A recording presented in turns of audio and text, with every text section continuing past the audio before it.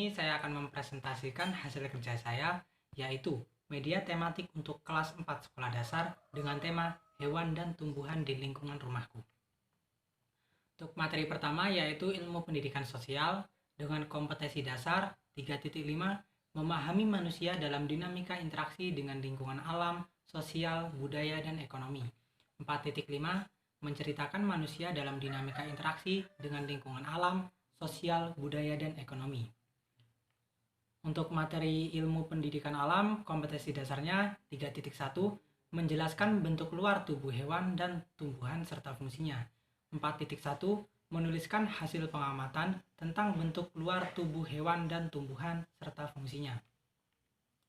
Untuk materi pendidikan Pancasila dan kewarganegaraan, kompetensi dasarnya 3.2 memahami hak dan kewajiban sebagai warga dalam kehidupan sehari-hari di rumah, sekolah, dan masyarakat.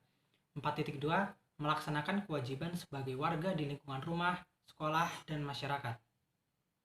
Dengan indikator yang pertama, menggali informasi melalui teks tentang bagian-bagian bunga dan fungsinya. Yang kedua, memberikan contoh kewajiban manusia terhadap hewan dan tumbuhan. Yang ketiga, mengaitkan interaksi antara makhluk hidup, manusia, hewan, dan tumbuhan. Dengan tujuan yang pertama, setelah berdiskusi, siswa mampu mengaitkan interaksi antara makhluk hidup, manusia, hewan, dan tumbuhan dengan benar. Yang kedua, setelah membaca teks, siswa mampu menggali informasi berdasarkan teks tentang bagian-bagian bunga dan fungsinya dengan tepat. Yang ketiga, setelah berdiskusi, siswa mampu memberikan contoh kewajiban manusia terhadap hewan dan tumbuhan dengan tepat. Untuk materi yang pertama, ilmu pendidikan alam, perhatikan gambar berikut. Pada gambar terdapat bunga dengan bagian-bagian yang sudah diberi anak panah. Untuk bagian yang pertama, bagian paling atas yaitu mahkota. Yang kedua, kepala sari terdapat pada bagian tengah, benang sari, kepala putik, tangkai putik, kelopak terdapat pada bagian bawah, dasar bunga, dan tangkai bunga. Untuk yang pertama, tangkai bunga. Tangkai bunga fungsinya menopang bunga dan menghubungkannya dengan bagian tumbuhan lainnya. Yang kedua, dasar bunga. Dasar bunga berfungsi sebagai tempat melekatnya mahkota bunga. Yang ketiga, kelopak bunga. Berfungsi melindungi mahkota bunga ketika masih kuncup. Yang keempat, mahkota bunga. Berfungsi untuk menarik serangga. Serangga akan membantu proses penyerbukan. Yang kelima, benang sari. Benang sari merupakan alat kelamin jantan. Dan yang terakhir yaitu putik ataupun alat kelamin betina. Yang materi selanjutnya yaitu kewajiban kita terhadap lingkungan. Yang pertama, wajib membersihkan sampah-sampah yang ada sehingga lingkungan menjadi sehat, indah, dan nyaman. Yang kedua, wajib merawat pohon dan tumbuhan agar kesehatan udara tetap terjaga.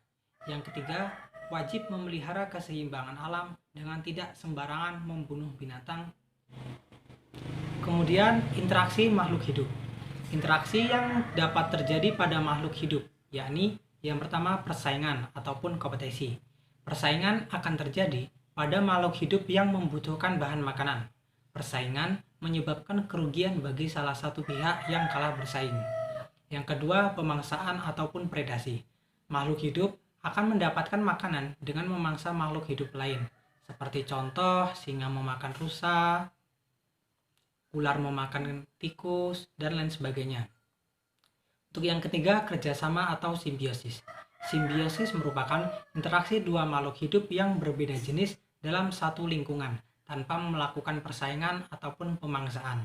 Dan yang keempat, antibiosis adalah interaksi antara makhluk hidup, di mana makhluk hidup yang satu menghambat kehidupan dan pertumbuhan makhluk hidup yang lain. Baik, itu tadi materi yang sudah saya sampaikan. Untuk selanjutnya evaluasi, silahkan dikerjakan. Terima kasih.